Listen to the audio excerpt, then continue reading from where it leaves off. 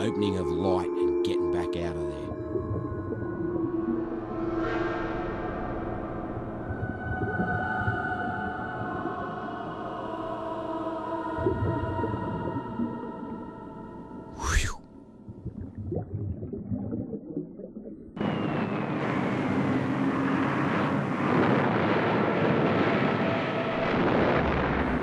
Maru was hit by 3 500-pound bombs. Aerial strike. Woo!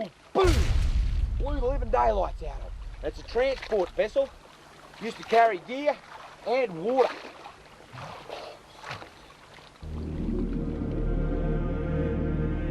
The Nippo Maru, it's in remarkable condition considering how long it's been stuck on the bottom of Truck Lagoon.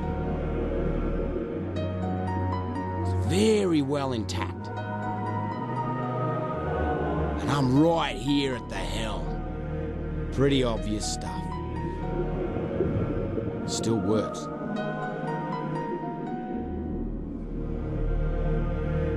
It's a wild sensation being on the bridge of a ship that got blown up and sunk.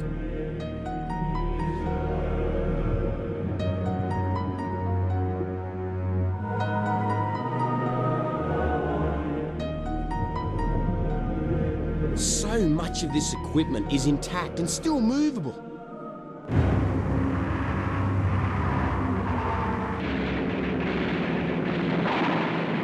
Oh, in this dogfight, the US fighters are after a Japanese bomber. The Allies' name for this bomber was the Betty bomber, and this one is holed by bullets torn apart by the impact as it was shot down by the American fighters. And it sits on the bottom in excellent condition, still with the scars, the bullet holes.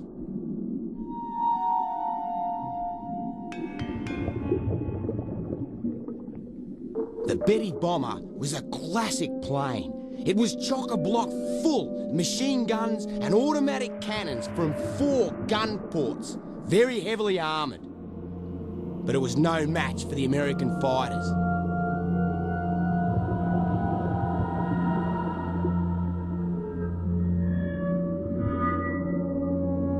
How's this?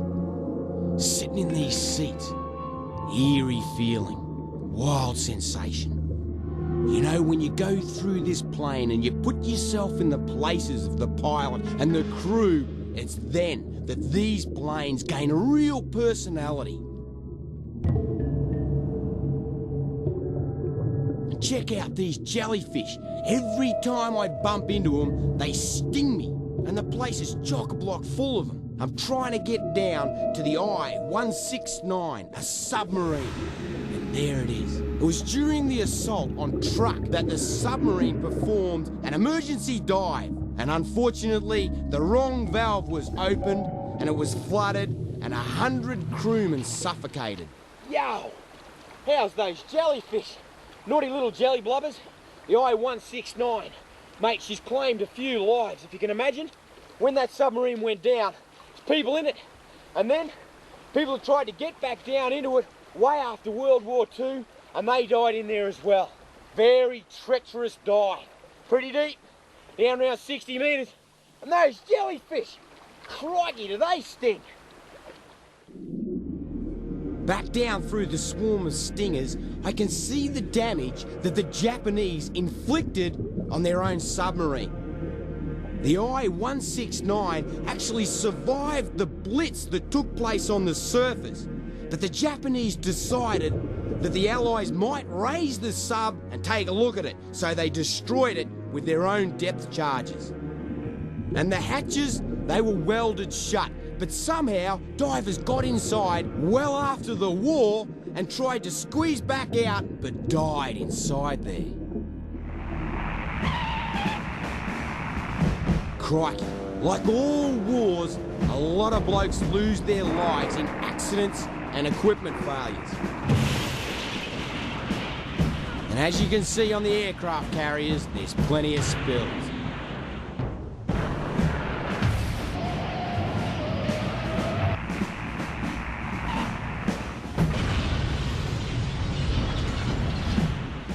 And incredibly, this bloke walks away.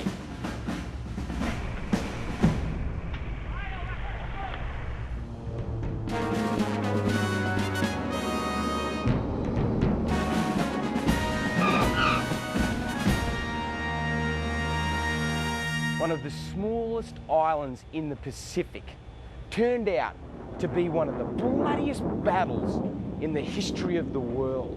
If you can imagine this small island, the Allies thought they'd overtake it really quickly. It didn't happen. It was a huge big battle, and it was the place of Bloody Beach, Bloody Nose Ridge, that just rings hell in people's ears even when they hear it now. It was intense fighting, absolutely intense. And I'm gonna go there, and I tell you what, it's a hard place to visit. In fact, as I'm talking to you, look at this. I'm chilled. Goosebumps all over my arms and my face. The hairs on the back of my neck stand up. Over 12,000 men died on this very small chunk of the Pacific. And this is the island of Peleliu, the haunting Bloody Beach.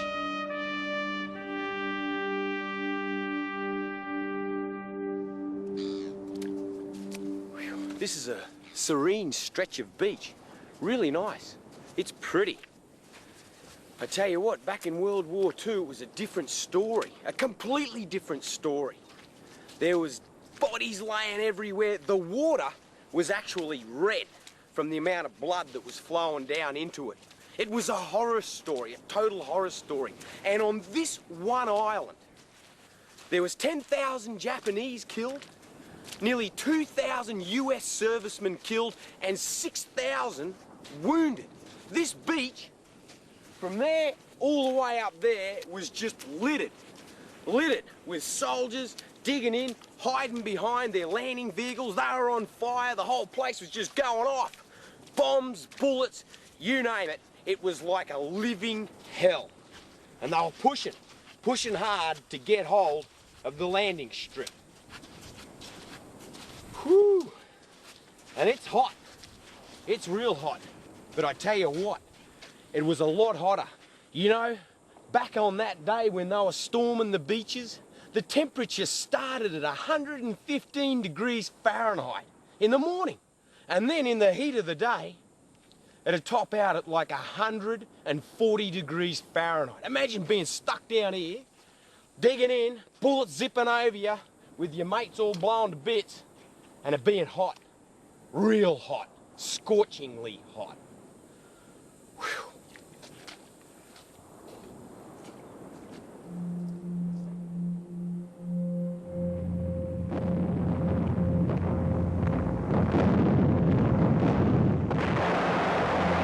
The US used a heavy bombardment, trying to soften up the Japanese positions, and then the troops were to move in to what they thought would be a 3-day walkover. But in the end, it was a month and a half before the fighting was over.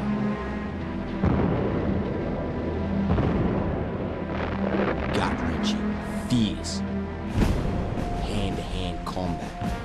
That's some kind of fighting.